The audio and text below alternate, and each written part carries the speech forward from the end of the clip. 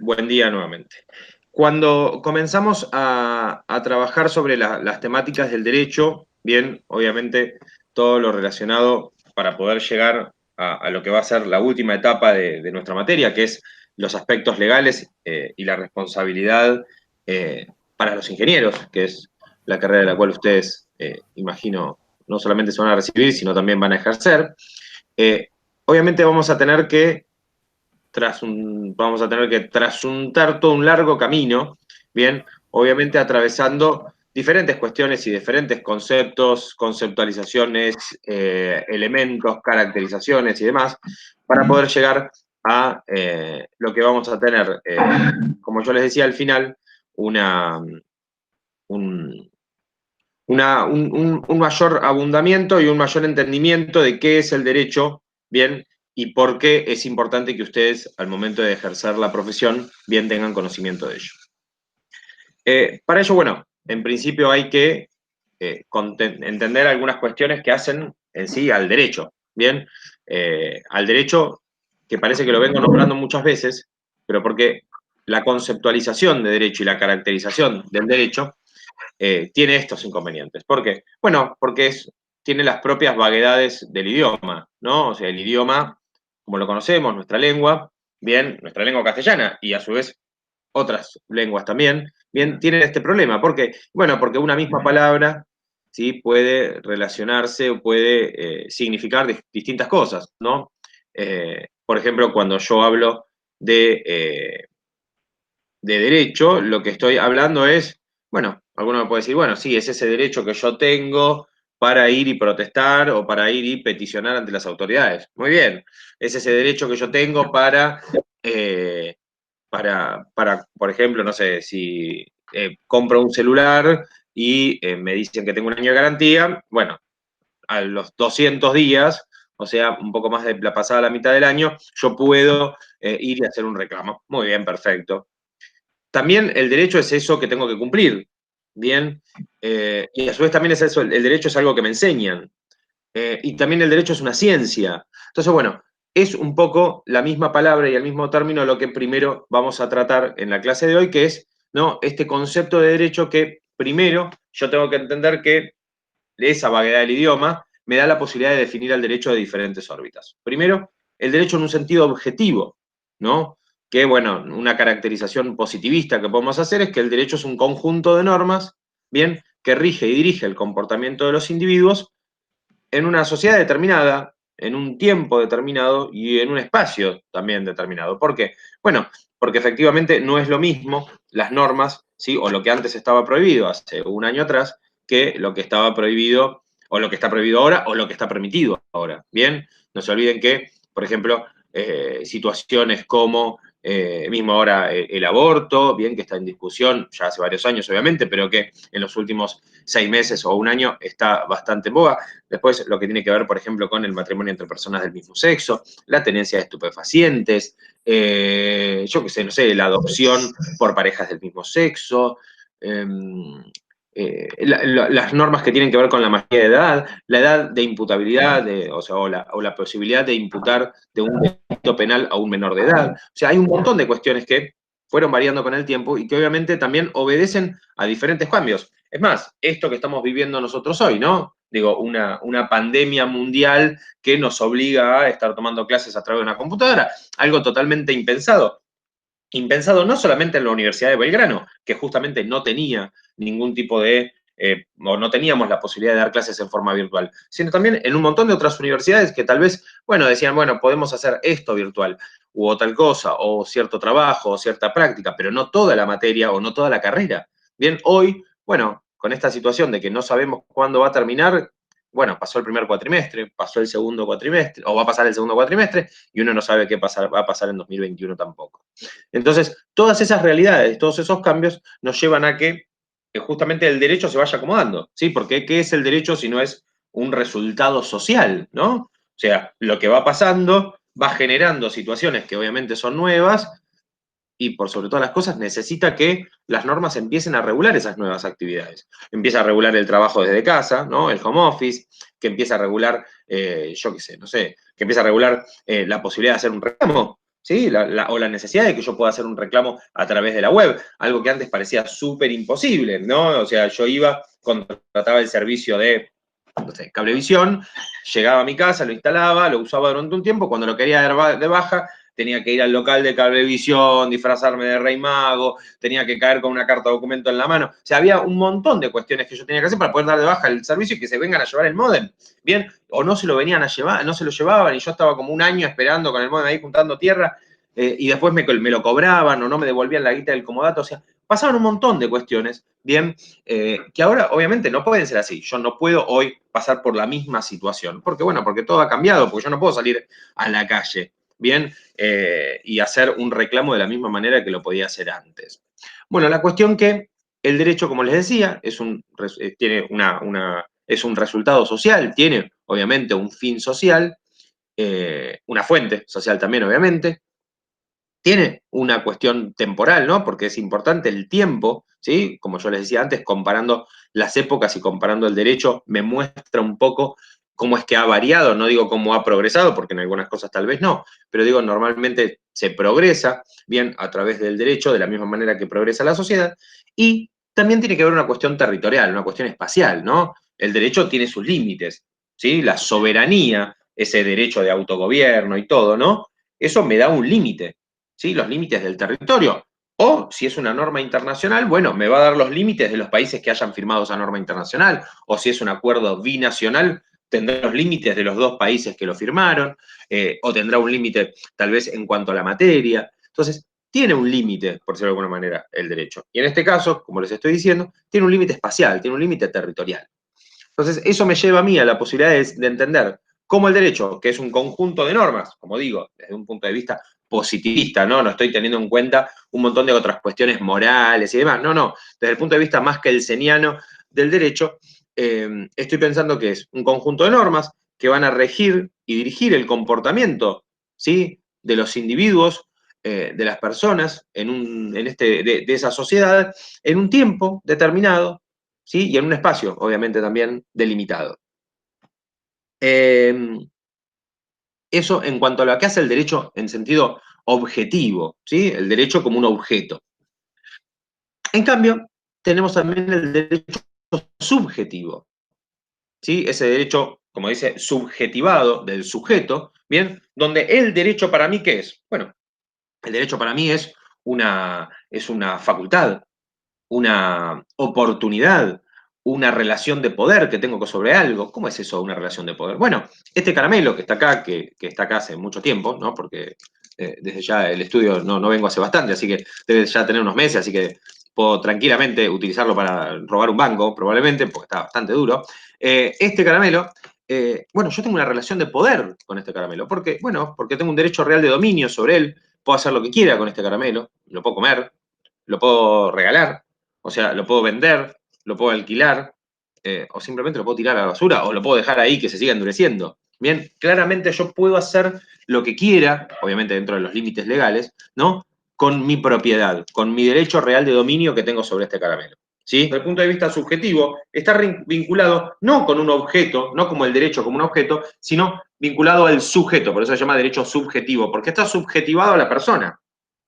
¿Qué significa esto? Bueno, que efectivamente el derecho va a ser una facultad, va a ser una atribución, va a ser como yo les daba el ejemplo antes, una relación de poder que tengo respecto de algo. ¿Bien?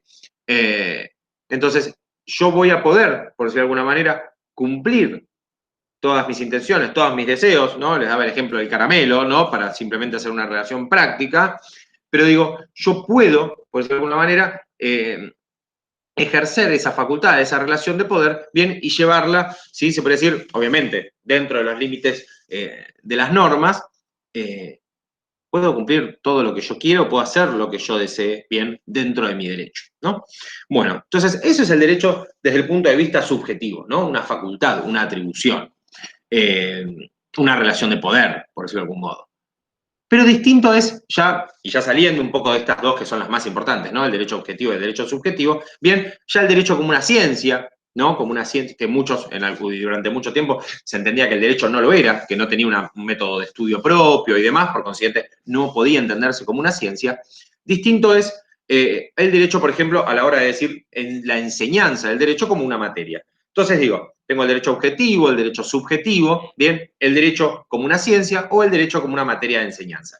En este caso, nosotros nos vamos a dedicar a estos, por decirlo de alguna manera, primeros dos, ¿no? Tanto al primero o al segundo caso, que es lo que más nos va a interesar para esta materia. Bien, y de alguna manera lo que más nos interesa también, que es el derecho desde el punto de vista objetivo y el derecho desde el punto de vista subjetivo. O sea, siempre vamos a estar hablando de esta relación, por decirlo de alguna manera, dual, bien, desde lo que es ese derecho como conjunto de normas y lo que es el derecho como una atribución propia mía, bien, como una defensa también hacia mis propios bienes, mis propios intereses, justamente hacia mis propios derechos.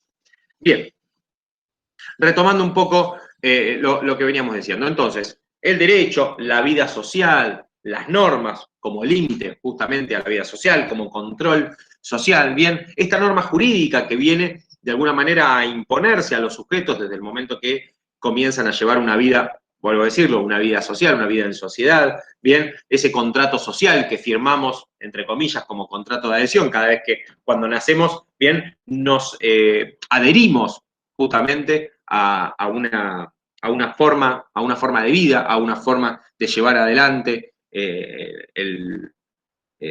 esta vida en sociedad, ¿bien? O sea, no tenemos muchas posibilidades de discutir, ¿bien? Podemos discutir dentro de cierto margen, ¿bien? Esto es muy,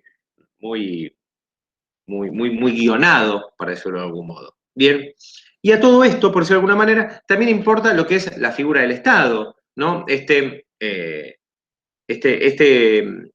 este conjunto, por decirlo de alguna manera, de elementos organizados política y jurídicamente que vienen de alguna manera a darnos a nosotros, como les digo, también cierto orden, ¿sí? El Estado no es solamente una cuestión territorial, sino es una cuestión que comprende, se podría decir, como les decía recién, varios elementos, ¿no? Tenemos desde el punto de vista objetivo, perdón, desde el punto de vista de la descripción de los objetos que lo contiene, o sea, de los elementos, bien, yo puedo decir, bueno, es un conjunto de elementos políticamente organizado, bien, por ejemplo, de lo que es el territorio, lo que es la población, lo que es la organización política, bien, lo que es un conjunto de órganos también, que bueno, se puede entender que son los órganos de gobierno y que también tiene que ver con esa organización política común, bien, el elemento soberanía, que antes se los comentaba, ¿no? El derecho tiene esos límites y los límites territoriales, eso de autogobernarse,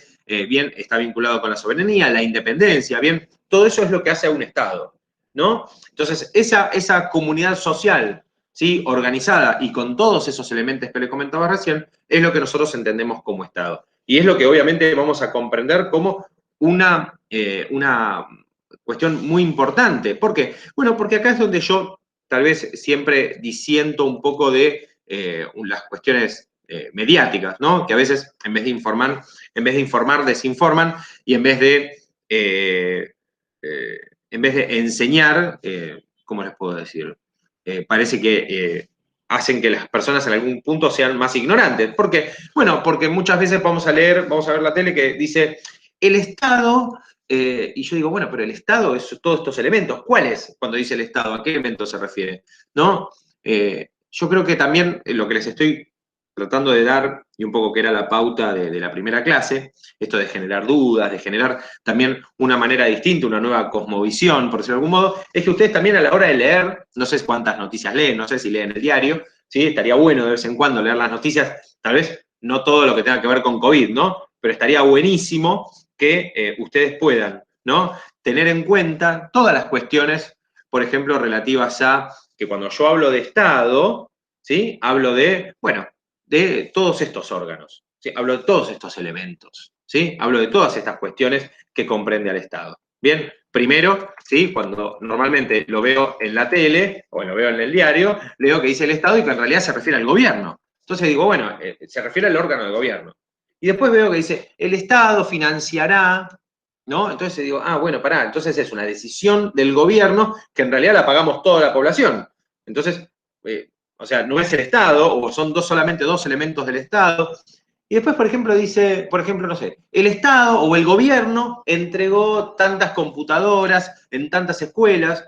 Y yo digo, ah, el gobierno, ¿qué será? ¿El poder judicial? ¿El poder legislativo? bien, el Ministerio Público, el Poder Ejecutivo. Claro, bueno, en realidad el Poder Ejecutivo, bien, dispuso la entrega de tantas cosas. Entonces, y a su vez dentro del gobierno, dentro de cada uno de los poderes hay un montón de ministerios. Entonces, si bien nosotros en esta clase, porque no vamos a ver ciencias políticas y mucho menos vamos a ver sociedad y Estado y demás, simplemente a modo de introducción y para que nos sirva para comprender que las instituciones son un poco más complejas, bien, de lo que normalmente tal vez estamos o nos enteramos y demás. Entonces, lo cierto es que vamos a tratar de un poco de recuperar la propiedad a la hora de saber, a la hora de hablar, ¿no? Digo, cuando nos referimos a Estado, nos referimos a todos los elementos del Estado. Cuando nos referimos al gobierno, nos referimos a todos los órganos de gobierno. Bien, y en este caso, como hablábamos recién, cuando nos referimos al derecho, bueno, ¿el derecho en qué está? ¿En qué sentido? ¿En un sentido objetivo? ¿De ese objeto? ¿De ese conjunto de normas?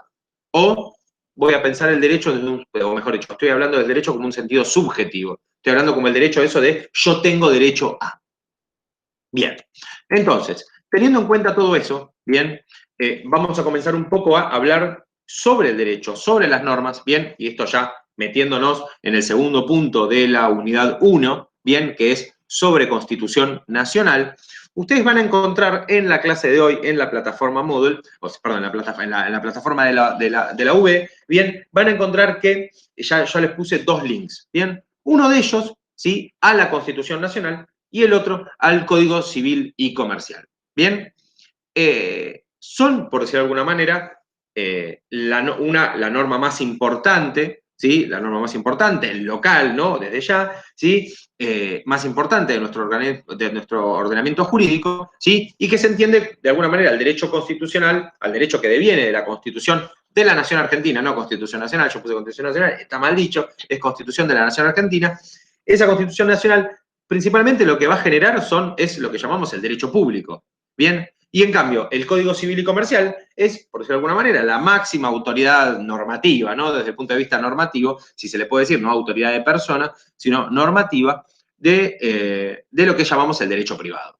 ¿Sí? Lo que va a relacionar, por decirlo de alguna manera, no todo, o lo que va a arreglar, a dirigir, a normativizar, todo lo que son las relaciones entre privados, ¿bien? O sea, cuando el Estado no es parte. ¿Ok? Entonces, por un lado tenemos el derecho público, ¿sí? Un poco recién explicado, por el otro lado tenemos el derecho privado, ¿bien? Y por sobre todas las cosas, lo que tenemos es el derecho privado en lo que llamamos derecho civil y derecho comercial, que ya después vamos a ir viendo lo que es esto de civil y comercial, que es todo lo que comprende la materia civil, que es todo aquello que comprende la materia comercial, que antes de este código estaban mucho más separados, mucho más discriminados. ¿Sí? Una cosa es lo que va a vincular a las personas bien a la hora de ejercer el comercio y otro, ¿sí?, donde uno de las dos personas es comerciante, ¿sí?, o ejerce una actividad comercial como una profesión habitual, mientras que el otro, bueno, va a estar más vinculado bien en relaciones más comunes, más triviales, ¿no? Lo que es, por ejemplo, una discusión en un consorcio, bien, un accidente de tránsito, mismo las relaciones que se dan entre las personas como relaciones de familia. Bueno, eso va a ser el derecho civil y lo otro el derecho comercial. Bien, entonces, esto de la distinción entre derecho público y privado, como les decía recién, está bastante claro. Pero ¿qué pasa? Dentro de lo que es el ordenamiento normativo, ¿sí?, se entiende que existe algo que se llama la pirámide de Kelsen o la pirámide normativa, donde se establece cierto orden de prelación de normas, ¿no? Esto es bastante claro si, como les digo, se ve a través de la pirámide de Kelsen, porque lo que utilizaba o lo que decía Kelsen es que a través de una pirámide se puede entender, bien, ese orden de supremacía de las normas. Bien, entonces, él ubicaba primero lo que llamaba la Carta Magna, bien, después las leyes más orgánicas, ¿no? Y demás, y después, bueno, la cuestión es que esto después nosotros lo vamos a ir adecuando, ¿sí?, a lo que es cada ordenamiento jurídico, ¿no? Desde ya, por ejemplo, si yo agarro el artículo 31 de la Constitución, que ustedes lo tienen ahí con el link, bien, me voy a encontrar con que en la Constitución, en el artículo 31 me dice que esta Constitución, ¿no?, las leyes que en su consecuencia se dicten y los tratados con potencias extranjeras, un término que ya no se utiliza, potencias extranjeras, bien, ahora se dirá estados independientes o estados, bien, potencias extranjeras, son la ley suprema de la nación. Entonces, a la hora de hablar de supremacía, a la luz del artículo 31, yo digo, bueno, todas las normas, ¿sí?, todas las normas son iguales, o sea, mejor dicho, estas tres normas, estos tres conjuntos normativos, están en la cúspide de esa pirámide. Si quieren, búsquenlo, yo después les paso un link de lo que se llama la pirámide de Kelsen, si no, lo googlean y les va a aparecer en un montón de lugares, bien, donde van a encontrar lo que es la pirámide. Lo que sí, fíjense, porque tal vez en el ejemplo que ustedes encuentren, utiliza, por ejemplo, si agarran, no sé, una pirámide de Kelsen de Colombia, les va a hablar sobre la constitución política, les va a hablar sobre decretos legislativos, no sé, diferentes terminologías que no asisten a nuestro ordenamiento jurídico. Pero bueno, en su mayoría, bien, es la Constitución Nacional, las leyes, ¿no? Los decretos, ¿sí? Y después el resto de las normativas inferiores que son de menor calidad. Pero ¿qué pasa? La gran discusión o el gran problema, bien, es a la hora de desde los inicios de la globalización, bien, ¿qué pasaba con los tratados internacionales? ¿Qué rol o qué lugar venían a ocupar los tratados internacionales? Y la gran mayoría, o sea, no hay una discusión entre, o no hubo una discusión entre si una ley era más importante que la Constitución. Claro que no, bien, y durante mucho tiempo no había discusión en cuál era el lugar que ocupaban los tratados internacionales. No, no, claramente se lo ubicaba por debajo de las leyes. ¿Sí? Lo mismo a la hora de que aparecen las constituciones provinciales. Las constituciones provinciales, no, debajo de las leyes. Bien, con el tiempo se fue acentuando el federalismo y se fue entendiendo que, bueno, que una constitución provincial, está por encima de una ley. Bien, en el orden, obviamente, provincial, ¿no? No voy a poder yo en una provincia aplicar la constitución de otra provincia, ¿no? Pero se supone que una constitución provincial, bien, y bueno, comprende un montón de elementos que una ley nacional no los tiene, por una cuestión obvia, ¿no? Lo que es la especificidad, ¿sí? Lo que es siempre una ley más específica va a apartar una ley más genérica, ¿bien? Entonces, bueno, en principio, como les decía recién, los tratados internacionales figuraban, por decirlo, aún por debajo de las leyes. Pues, obviamente, con el tiempo se fue entendiendo de que los tratados no solamente estaban a la misma altura que las leyes, sino que además estaban por encima de las leyes, porque por una razón obvia, si yo incumplo un tratado, voy a tener una consecuencia internacional. Entonces, eso, por decirlo de algún modo, era una cuestión de decir, no, bueno, me parece que está por encima de las leyes locales. Y la gran discusión que se llevó muchísimos años de nuestro ordenamiento jurídico, y les digo muchísimos, es muchísimo, bien, es qué pasaba con la Constitución Nacional. ¿Qué lugar ocupaban los tratados internacionales y la Constitución Nacional? Bueno, eso vino a zanjarse un poco, a pesar de que cuando se hizo la reforma de 1994, no sé si ustedes vivían en el año 94, pero cuando en el año 94 se hace la reforma del 94, bien, se analiza en el año 94 se hace la reforma del 94, sonó medio redundante, pero bueno, se la conoce así. Cuando se hace la última reforma constitucional que tuvimos, lo que se hace es, se toma una porción de la Constitución que no puede modificarse, ¿no? Lo que se llama la parte pétrea. Esa parte pétrea es una parte que es todo un sector de la Constitución Nacional que no puede ser modificado, ¿sí? Por la Asamblea Reformista o la Asamblea Constituyente que va a reformar la Constitución. Perfecto. Pero obviamente había que darle claridad a ese artículo 31. Entonces, ¿qué pasa? Aparecen entre varias normas, entre varios articulados, aparece el artículo 75, inciso 22, y el artículo 75, inciso 24. ¿Qué dicen estos artículos? Bueno, el artículo 75, inciso 24, bien, incorpora lo que llamamos los tratados de integración, ¿sí? Lo que llamamos tratados de integración regional, ¿sí? O lo que en algunos casos se lo conoce como tratados supranacionales o supraestatales, bien, que significa que son tratados que van a generar, por decirlo de alguna manera, algo un poco más que el derecho internacional. Porque vamos a estar hablando ya de algo más parecido al de lo que llamamos el derecho comunitario, ¿sí? Hay una relación de género y especie ahí entre el derecho comunitario y el derecho a la integración. Hay algunos que dicen que en realidad el derecho a la integración es el derecho internacional con un desprendimiento de ciertas facultades o ciertas atribuciones, como son cuestiones soberanas, y hay otros que dicen que no, en realidad la relación es que el derecho a la integración es derecho comunitario, pero que de alguna manera es como un paso anterior al derecho comunitario. O sea, es como un derecho comunitario de bajo presupuesto. Bien, lo cierto es que cuando los constituyentes de la reforma del 94 incorporaron el artículo 75, inciso 24, parece que algo así tuvieron en vista. No solamente en ampliar lo que son las facultades de un derecho internacional, sino también analizar la posibilidad de en algún momento someterse a una entidad supranacional o supraestatal. Lisa y llanamente algo que esté por encima del Estado.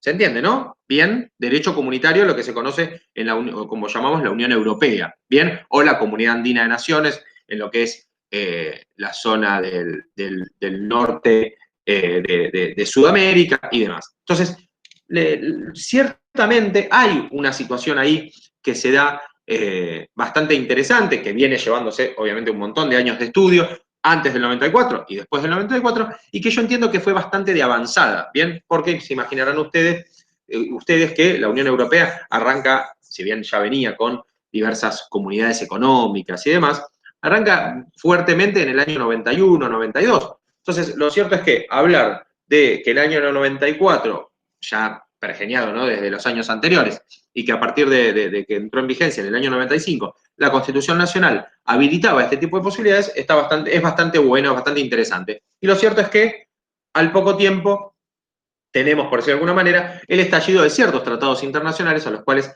Argentina participaba y siguió aumentando su participación.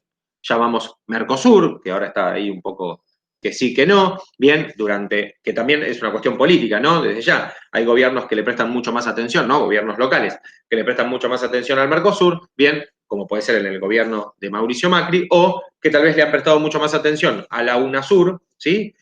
Como ha sido durante el kirchnerismo, ¿bien? Apartándose tal vez un poco de lo que es la figura del Mercosur. Pero lo cierto es que los tratados de integración se incorporaron y parecía un poco difícil ubicarlos, pero se entendió que teníamos la Constitución Nacional, los tratados de integración, los tratados internacionales y por debajo las leyes nacionales. Bien, bueno, entonces hasta ahí parecía que no había problema. Pero los tratados, pero Argentina no solamente, ¿no? El Estado argentino no solamente había firmado tratados internacionales, compromisos internacionales o compromisos de integración regional, sino también existe una categoría de tratados muy particular, bien, que son los tratados sobre derechos humanos, ¿sí? Que cada vez que sucede alguna situación puntual, bien, y de mucha relevancia, bien, siempre se los llama y siempre se los cita, bien, casi como si fuera el límite máximo o un montón de cuestiones, ¿no? Decir, che, vamos a habilitar la pena de muerte. Ah, no, porque hay un compromiso internacional, a través de un tratado sobre derechos humanos. Che, vamos a incorporar el aborto. Ah, pero ¿qué pasa? ¿Qué pasa con los tratados sobre derechos humanos? ¿Lo podemos hacer? Bien, pareciera como que de alguna manera la instancia local ya está superada, pero hay compromisos internacionales, ¿bien? Bueno, y así un montón de cosas, ¿no? Yo qué sé, cuando se habla de drogas, cuando se habla sobre el tema de garantizar la concepción, la vivienda digna, el derecho de la libertad de expresión, la libre expresión de ideas, la libertad de prensa. Siempre cuando se podría decir, arrancamos o hablamos de derechos fundamentales, hablamos de nuestra Constitución, pero principalmente hoy por hoy lo relacionamos con un compromiso internacional, ¿bien? Y eso tiene que ver justamente con eso, tiene que ver con la importancia, la relevancia y la supremacía que tienen, y la superioridad normativa que tienen hoy por hoy las normas internacionales. Y en este caso, los tratados sobre derechos humanos adquieren a través del artículo 75, inciso 22, una jerarquía especial, que se llama jerarquía constitucional. Entonces, vamos a recapitular. Tenemos la Constitución Nacional y los tratados sobre derechos humanos con jerarquía constitucional en la cúspide de esa pirámide, bien, por debajo los tratados de integración, por debajo los tratados internacionales, por debajo las leyes nacionales y después los decretos y el resto de las normativas y de las normas de alcance general, que obviamente tienen un rango inferior. ¿Se entiende, chicos, hasta el momento? Chicos y chicas, hasta el momento. ¿Sí? ¿Se entiende? Sí. Sí. Perfecto. Igual todo esto que yo les estoy contando, desde ya lo vamos a ir viendo, lo vamos a ir repasando y demás. Pero principalmente es necesario saber bien que existe este orden de prelación, existe esto que a la hora de interpretar una norma, no solamente yo lo tengo que tener en cuenta, porque si podría decir, si tengo una norma que es de un alcance específico que tiene el mismo rango, obviamente va a apartar a esa norma de alcance genérico o esa norma más general, ¿no? Eso está claro, porque una norma especial aparta o deroga, como decimos nosotros en la práctica, a una norma de alcance general. Entonces, es necesario, por decirlo de alguna manera, saber que tenemos ese tipo de rangos normativos bien, y que ese orden de prelación también nos va a dar a nosotros claridad o conocimiento del derecho, bien, en ese orden. Bien, ¿qué más? Ya hablamos entonces sobre lo que llamamos el derecho interno y el derecho internacional, ¿sí? Obviamente lo que tiene que ver con el contenido de la Constitución Nacional, la supremacía y los principios constitucionales, que son aquellos principios que justamente se derivan, devienen de la Constitución Nacional y que, o de la Constitución de la Nación Argentina o Constitución Federal, como le gusta a una gran parte de la doctrina, que es la doctrina de Vidar Campos, que habla sobre que la Constitución en realidad no es de una nación, sino que es una Constitución federal, porque nosotros asumimos desde la conformación del Estado argentino, bien, la forma federal de distribución de poder, o lo que llamamos el Estado federal. Entonces, estos principios, por decirlo de alguna manera, también, obviamente, van a ser entendidos como principios rectores, ¿sí? No son lo que llamamos los principios generales del derecho, pero sí son principios generales del derecho constitucional que van justamente a normativizar de cierta manera. ¿Por qué? Bueno, porque la Constitución no lo dice, ¿sí? Pero efectivamente la Constitución lo garantiza. ¿Cómo puede ser, profesor, que algo que no dice la Constitución está garantizado por la misma Constitución? Bueno, es interesante, pero el derecho a la vida es uno.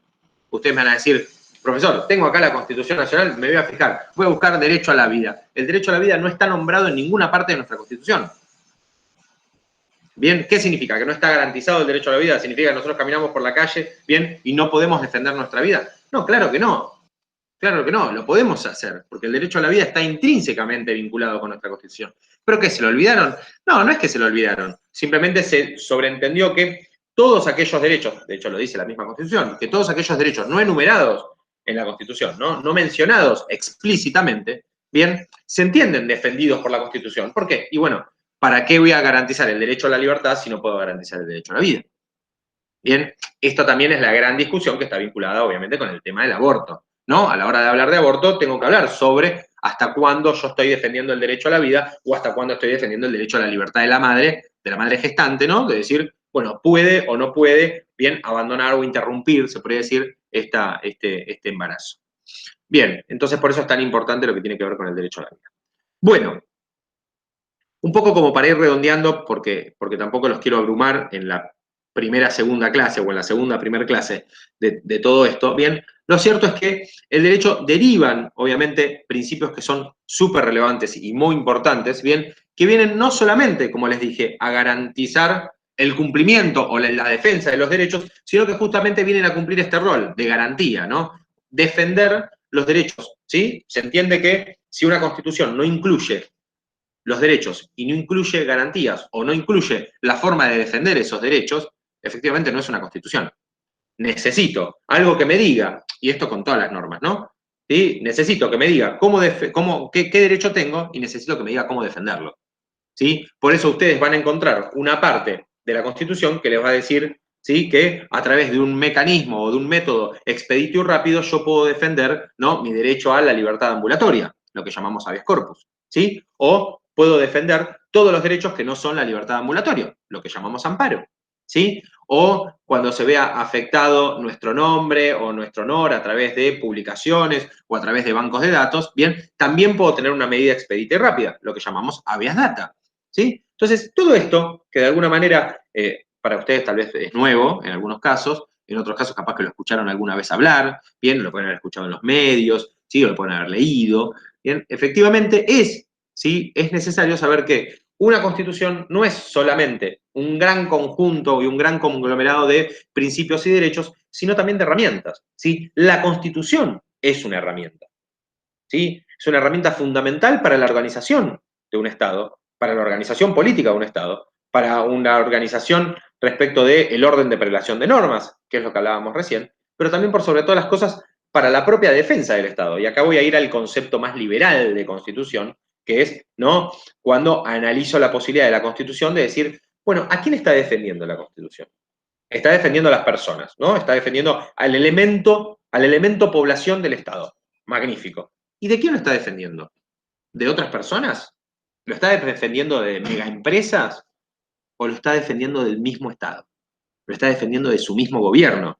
Si yo leo la primera parte de la Constitución, ¿sí?, los primeros artículos, dice que la propiedad es inviolable, que no puede haber una expropiación si no fue fundada en ley, que la correspondencia epistolar que la correspondencia es inviolable, que las acciones privadas de los hombres que de ningún modo ofendan bien a un tercero, ¿sí? Quedan solo reservadas a Dios y exentas de la autoridad de los magistrados. Ahí está hablando lisa y llanamente de que lo que nosotros hagamos en el fuero íntimo o lo que hagamos en nuestra privacidad queda reservado para nosotros, no solamente a la hora de fumar marihuana, que parece que es lo único que hace a la privacidad. No, ¿sí? Hablo de Maradona tomando sol en su quinta, ¿bien? Y los medios sacándole fotos, ¿bien? O a Susana Jiménez, o a cualquiera de nosotros, ¿bien? Que pasamos por la calle y hay una camarita que filma todo el tiempo todo lo que hacemos, ¿sí? En una época, ¿no? Yo analizo esto hace 30 años, 20, 30 años, era impensado la posibilidad de imaginarse vivir en un reality, ¿sí? En un gran hermano como el que vivimos hoy. Bien, está bien, yo ahora veo los medios y digo, dicen, bueno, por ejemplo, ayer estaba viendo una noticia que decía, bueno, gracias a las cámaras de la municipalidad de Lanús, bien, se pudo aprender a este hombre que robó un auto con un montón de cosas médicas adentro y demás, un utilitario. ¿No? Y te lo mostraban, el muchacho que iba, ¿no? Cómo lo seguían, y te mostraban las cámaras y todo. Y digo, esa cámara está mostrando, con esto no estoy diciendo que hay que sacar las cámaras, ¿no? Pero digo, esa cámara está filmando a cientos de miles de personas, ¿bien?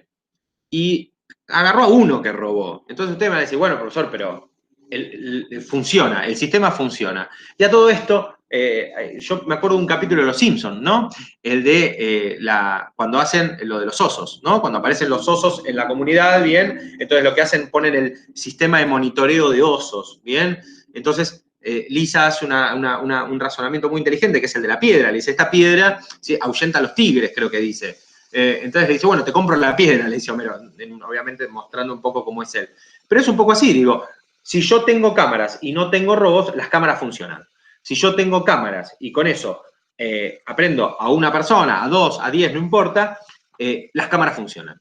Lo cierto es que en el medio yo tuve una excelsa violación de derechos, ¿sí? De las personas, en los cuales transmití en vivo, ¿sí? Tipo de Truman Show, transmití en vivo la vida de un montón de personas, ¿bien? Esperando que uno cometa un delito. ¿Sí? Filmé a personas, no sé, rascándose la cabeza, sacándose un moco, lo que sea, haciendo lo que sea, bien, los transmití, por decirlo de alguna manera, un montón de personas lo vieron. Está bien, ustedes me van a decir, pero profesor, no es la intimidad, porque son personas caminando por la calle. Gran error. Ahí está la distinción entre intimidad y privacidad, ¿no? O sea, lo privado, bien, y lo íntimo. ¿Sí? Si yo voy caminando por la calle, ¿por qué está prohibido? ¿Por qué están prohibidos las cámaras de video en los ascensores? No porque yo puedo organizar una fiesta de música electrónica en un ascensor, sino porque efectivamente, ¿qué puede pasar en un ascensor más allá de la persona o de una mujer acomodándose el corpiño o yo acomodándome el cinturón? Bien, entonces, ¿qué puede pasar en un ascensor? También usted me va a decir, bueno, profesor, entraron con armas al edificio y lo vieron con la cámara en el ascensor. Bueno, perfecto. Pero también hubo 23 horas de video en un día grabando movimientos de niños menores de edad, de mujeres, de hombres, de ancianos, que no tenían absolutamente nada que ver. Entonces, ¿dónde quedó la presunción de inocencia? Que acá es una garantía justamente de la Constitución. La persona, todos nosotros, presumimos que actuamos de buena fe, que somos buenos hombres de negocios o buenas mujeres de negocios, que actuamos de buena fe, que somos buenos padres y madres de familia. Bien, entonces, ¿por qué de alguna manera tengo una cámara que me está filmando? ¿Hay una presunción de inocencia o hay una presunción de culpabilidad? ¿Sí?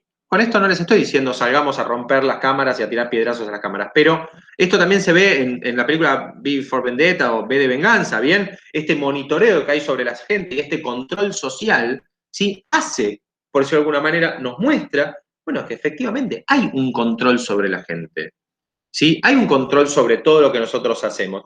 Y ustedes dirán, bueno, pero profesor, el resultado es que yo me siento más seguro con las cámaras. Bueno, está bien. ¿Y qué pasa más allá de las cámaras? ¿Qué pasa en ese 99% de las cosas que no son delitos o que no pasan o que no llegan a buen puerto? Ustedes me van a decir que, que hubo un solo asalto en Lanús en ese día. ¿sí? O la cámara en realidad captó uno solo. Sin embargo, captó la vida de un montón de cientos de miles de personas, o miles de personas, no sé cuánta gente vive en Lanús, de miles de personas que viven en Lanús y que en realidad no tenían nada que ver. Y sin embargo, vimos el movimiento de todos. Bueno, a ustedes puede ser que no les parezca importante esto, puede ser que digan, no, pero profesor, a mí no me molesta que me filmen, todo lo contrario, yo cuando paso por una cámara saludo. Bueno, está muy bien. Está muy bien. Pero, de alguna manera, la Constitución dice, ¿sí?, que nadie puede ser culpable, ¿no?, de lo que la ley no prohíbe. O sea, nadie puede ser, de alguna manera, juzgado sin un juicio previo. Por consiguiente, si yo no estoy cometiendo ningún delito, si yo no estoy haciendo ninguna actitud, no estoy haciendo ninguna actividad delictual, bien, ni estoy preparando una actividad delictual, ¿por qué me están filmando? ¿Por qué me están vigilando? ¿Sí? Esto es como cuando ustedes están tomando el examen y yo me paro delante de ustedes y los miro. Y usted me dice, profesor, ¿qué pasa? No, nada, estoy mirando y usted está escribiendo y yo los miro. Y usted me dice, profesor, no me estoy copiando. Yo no le dije que estaba copiando. Lo estoy mirando porque me gusta cómo escribe, porque me gusta su peinado, Agustina, porque qué bien que le quedan los anteojos a Matías y a Mateo, bien, porque elegante que se ve Nicolás y qué F que se ve Felipe que no habilitó la cámara. Entonces digo, bueno, de alguna manera yo puedo mirarlos, ¿por qué no? Bueno, profesor, pero me están mirando con una mirada intimidante. Bueno, tiene razón. Bueno, ustedes imagínense si ustedes sintieran a la cámara esa que filma en la calle, ustedes imagínense si la sintieran en la nuca. ¿Sí? Porque a veces parece, ¿no? Yo siento que me están mirando, entonces me miro alrededor, ¿bien? Pero imagínense si uno sintiera la cámara. Tendríamos dolor de cabeza todo el día, estaríamos enjaquecados, ¿bien? Con una migraña importante, porque te están mirando del otro lado, te están filmando del otro lado. ¿Sí? Si hay un mínimo rayo X o gamma o lo que sea apuntándonos en la nuca, estaríamos todos ya enfermos, estaríamos todos cancerosos porque la verdad es que sinceramente nos están filmando todo el tiempo. Pero bueno, independientemente de deslizar esta ideología anticámaras que un poco tengo, no es que estoy del todo en desacuerdo, pero digo, que de alguna manera poco me gusta y poco feliz me hace, lo cierto es que la Constitución deriva en un montón de principios, ¿no? Principios de legalidad, ¿sí? Obviamente que tiene que existir una ley anterior, o de alguna manera yo tengo que tener un conocimiento de la ley. Claro, ¿por qué? Bueno, porque yo no puedo alegar desconocimiento del derecho. Yo no puedo alegar torpeza. Yo me agarro, me meto por una calle en contramano, me para la policía o me para un oficial de tránsito y me dice, bueno, le voy a hacer una multa porque están dando en contramano. Yo no sabía que era contramano. ¿Cómo? ¿No viste esa flecha? En cambio, si no está la flecha, yo le podría decir, no, pero la flecha no estaba. Pero señor, el sentido de las calles usted lo tiene que conocer porque cuando sale a manejar usted lo tiene que conocer. O voy a 50 por una peatonal. Me van a decir, no, pará, capo, primero que es peatonal. Segundo que la máxima puede ser 40 de última, no es avenida, que la máxima es 60. Ah, no sabía. ¿Y no te llamó la atención que venís atropellando gente? Bueno, no, en realidad no. Entonces, o sí, pero pensé que todos estaban equivocados. No, en realidad el equivocado era yo. Entonces, yo tengo que conocer justamente normas de tránsito, leyes de conducta, la Constitución. Estoy seguro que ustedes la Constitución la conocen de punta a punta, desde el preámbulo hasta el último artículo sobre las provincias o sobre los municipios. Por los municipios. Imagino que la conocen todos. ¿Por qué? Y porque ustedes no pueden alegar el desconocimiento del derecho. ¿Bien? Y eso lo hace también el principio de legalidad. ¿Sí? O sea, yo conozco al derecho a través de que el derecho es publicado, se publica en el boletín oficial. ¿Quién no lee el boletín oficial? Todos leemos el boletín oficial. De hecho, yo lo tengo acá al lado, lo estuve leyendo recién para ver qué leyes salieron en el día de hoy. Todos los días, miro todos los comunicados, miro los carteles del gobierno de la ciudad que dicen, a partir de ahora los cambios de sentido, entonces yo me pongo a mirar, me meto en la página y los reviso. No, claro que no. Claro que no hacemos todo eso porque si no, no podríamos vivir. Lo cierto es que el Estado y el principio de legalidad y todos los demás principios de la Constitución se presumen que nosotros los conocemos. Bien, acá hay como una especie de ficción, lo que el profesor Cárcova hablaba sobre las ficciones del derecho, ¿no? Entre las cuales Carlos María o José María, no me acuerdo, Cárcova decía las ficciones del derecho. Bien, y una de las ficciones es justamente que la ley se presume conocida por todos. Es una gran ficción. Pero bueno, lo cierto es que el principio de legalidad de la Constitución dice eso. Bien, el principio de razonabilidad, ¿no? Obviamente toda acción tiene que tener una reacción, por decirlo de alguna manera, congruente con la actitud que se comete o con el delito que se comete. Bien, por eso hoy se habla tanto, entre otras cosas, de lo que es la legítima defensa. Bien, me entran a robar, ¿sí? Entonces yo digo, fuera, fuera, fuera. El tipo sale, corre una cuadra y yo lo corro atrás a los Chocobar y le pego un tiro en la espalda. ¿Eso es, de alguna manera, una legítima defensa? ¿Mi vida corría riesgo en ese momento? No voy a entrar en esa discusión porque vamos a estar mordiéndonos la cola durante toda la clase y durante una semana, si estamos o no estamos de acuerdo. Porque hay un montón de argumentos a favor y hay un montón de argumentos en contra, desde ya. ¿Sí? Es una discusión súper rica, pero que no hace a esta materia. Pero lo cierto es que debe existir una congruencia, ¿sí? Hay una congruencia a la hora de aplicar penas, ¿bien? No es lo mismo una persona que robó una gallina porque tenía hambre, tomo el ejemplo a propósito, ¿sí? Que un abusador o que una persona que roba un banco, ¿sí? Claramente son finalidades distintas, por consiguiente, las penas son distintas, ¿sí? Las penas son distintas. Y en teoría, existe una congruencia entre la pena, perdón, entre el accionar delictual, entre el delito que se comete y la pena que se aplica. Bien, varios son los principios que vamos a encontrar. Hoy, por decirlo de alguna manera, va a quedar para otro capítulo, para otro momento, o para que lo lean ustedes. Bien, pero lo cierto es que, a grandes rasgos, el derecho de la Constitución o el derecho constitucional tiene todas estas cuestiones que son importantes y que obviamente para el momento de tomarlas el examen se van a dar presumidas o vamos a tener la presunción de que ustedes ya las conocen y que las saben y vamos a tomarlas. Así que les recomiendo que por favor lo lean. ¿Sí? Después les voy a suministrar algún manual de derecho constitucional a través de la plataforma de acceso libre y gratuito para que puedan, obviamente, sacarse alguna que otra duda o si tienen alguna consulta sobre el tema, también lo podemos tratar la clase que viene. ¿Bien? ¿Alguna duda, alguna consulta, estimados y estimada, de estos temas que tratamos hoy? Respecto de la Constitución Nacional, respecto de lo que es el Código Civil y Comercial, del derecho privado, que obviamente hoy simplemente lo nombramos, pero que las clases siguientes lo vamos a trabajar de una manera obviamente un poco más enjundiosa. ¿Alguna duda? ¿Dónde podemos encontrar estas grabaciones? La grabación yo la voy subiendo a YouTube. Después les mando el link, si quieren, no hay ningún problema. Igual es fácil porque está mi YouTube, que es Damián Rodrigo Pizarro, pero se los mando después si quieren, sin ningún tipo de problema, les subo el link a través de la plataforma. Obviamente lo único que van a encontrar ahora, porque después tengo que subir el video y todo, lo único que van a encontrar es la primera clase, que fue la presentación del curso y demás, y tal vez un sector de ese día. ¿Está bien? ¿Qué otra cosa? Perdón.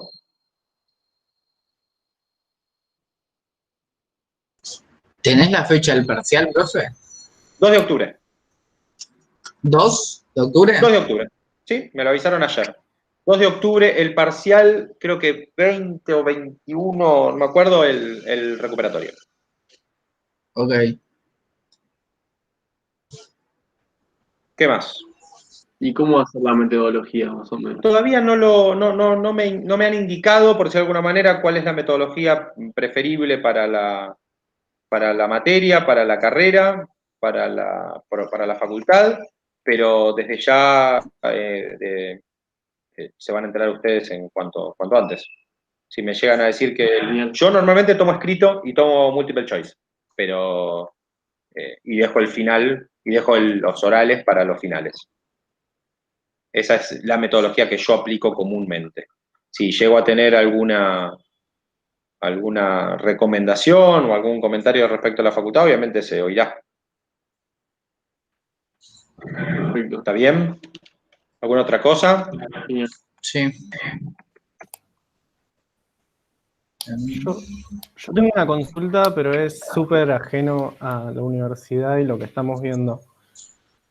Presenté un protocolo para hacer un deporte en la ciudad de Ratilin, Chubut, en la que estoy, y te quería preguntar si lo podrás leer, a ver si me puedes decir tu vista sobre el mismo. Ok, con todo gusto. Mándamelo por mail y te daré mi visión. No tengo tu mail, me parece. Bueno, se los doy a través de acá, les mando un mensajito. No pasa nada. Dale, buenísimo.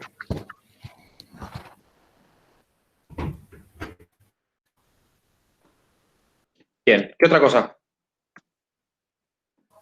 Por mi parte, nada más, quedó todo bien claro.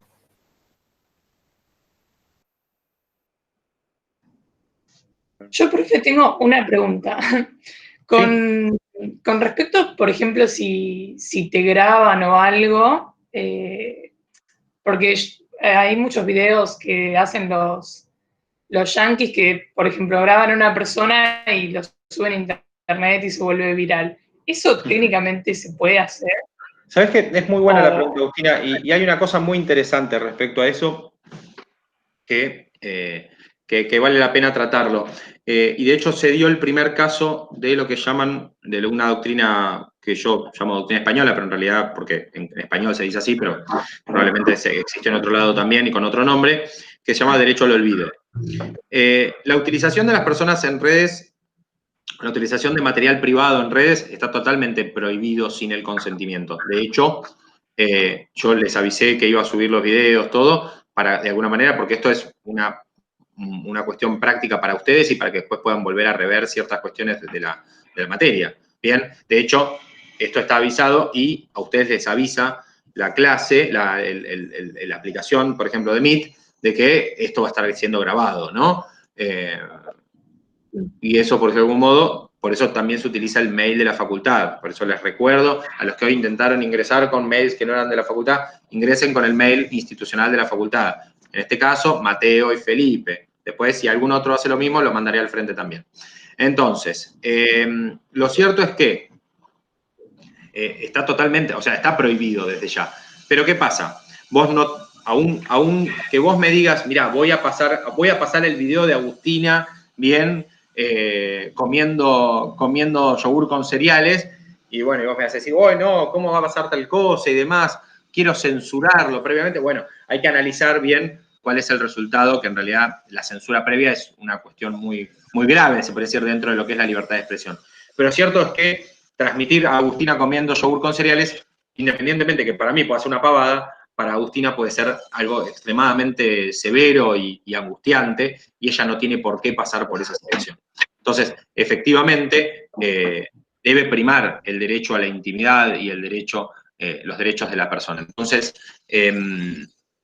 uno puede reclamar, de hecho YouTube tiene una parte para reclamar derechos sobre algo, no por una cuestión de dinero, sino por una cuestión de que uno se siente agraviado, denuncia ese abuso del derecho, justamente porque es el derecho cuando se mal utiliza o se excede en los límites, ¿no? Se convierte en abuso. Entonces, el abuso del derecho provoca que la otra persona pueda restringir esa difusión, ¿no? Y hay multas, y hay penas y demás. El avance no solamente de la protección de la intimidad, ¿no? Sino ya, y yendo un poco más adelante, es lo que se llama derecho al olvido, ¿no? Y lo derecho al olvido tiene algo bastante interesante, que tiene que ver cuando, por ejemplo, una persona decide desaparecer, ¿no? O sea, digo, si yo puedo hoy decirles, bueno, chicos, yo me voy a alejar de esta clase y no quiero tener más contacto con ustedes nunca más de los nunca más, ¿no? Y usted dice, no, profesor, no sea malo, ¿cómo va a ser tal cosa? No, sí, la verdad, chicos, que no los quiero ver ni en figurita. Entonces usted me dice, no, profesor, bueno, ¿está seguro? Cualquier cosa lo piensa, sí, lo voy a pensar, pero seguramente voy a hacerlo y voy a desaparecer. Bueno, está perfecto. Yo dejo de llamarlos, dejo de hablarles, cambio el teléfono, ¿no? Desaparezco, ¿sí? O me encierro en mi casa, o me voy a vivir a un templo en la India. Entonces, efectivamente, no hay manera de que yo pueda seguir teniendo contacto con ustedes. Pero ¿qué pasa? En las redes sociales o en la red, pareciera que no tengo esa posibilidad de desaparecer. Entonces el derecho al olvido le provee a la persona que lo ejerce, bien, esa oportunidad de salir, dice llanamente, de toda esa magna red de difusión y dejar de ser uno un objeto de esa red. Muchos casos lo ha pedido gente que tenía una gran participación dentro de los medios, ¿no? Lo han pedido, yo qué sé, no sé, hombres o mujeres, chicos y chicas, abrumados porque eran, no sé, yo qué sé, influencers y, bien, llegó un momento en el que les provocaba, bien, un problema, les provocaba un daño estar en todos lados, ¿sí? El otro día me contaban un caso de un chico que que estaba agobiado por las redes, se suicidó en vivo, o sea, una cosa, una locura. Entonces, todo eso, sí, que obviamente hay un problema de fondo, no tiene que ver con, o sea, le hubiese pasado en la red como capaz le pasaba en la calle, ¿no?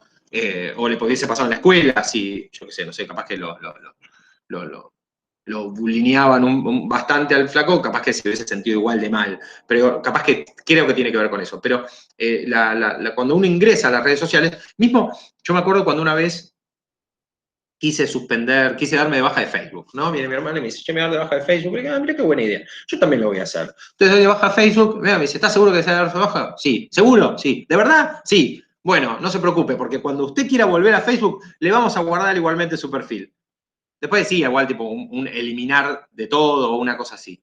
Claro, entonces yo dejé de usar Facebook, no sé, ponerlo durante un año, 6 meses o lo que sea, y cuando volví, apreté a aceptar y volvieron a aparecer todas las fotos mías, de mis hijos y todo. Entonces yo dije, claro, o sea, nunca terminás de salir. O sea, es casi como un, o sea, es como un vicio, pero a veces ni siquiera es un vicio propio, es un vicio ajeno, ¿no? Es bastante perverso todo. Entonces, la respuesta a lo tuyo, sí, claro, está totalmente prohibido. Bien, ¿uno puede hacer algo? Sí, claro, uno puede hacer algo. De hecho, hay juicios de hecho hubo uno muy notorio, un reclamo hace poco que hizo la expresidenta Cristina Fernández Kirchner porque aparecía una publicación en Google respecto al incluir, si vos escribías su nombre, bien, aparecía una frase, bien, que obviamente le provocó un daño. Entonces, ella solicitó, inició una demanda. Como vos no podés iniciar una demanda con quien lo cambió, porque no se sabe quién lo cambió, no se sabe quién lo agregó, o se sabe pero no se sabe,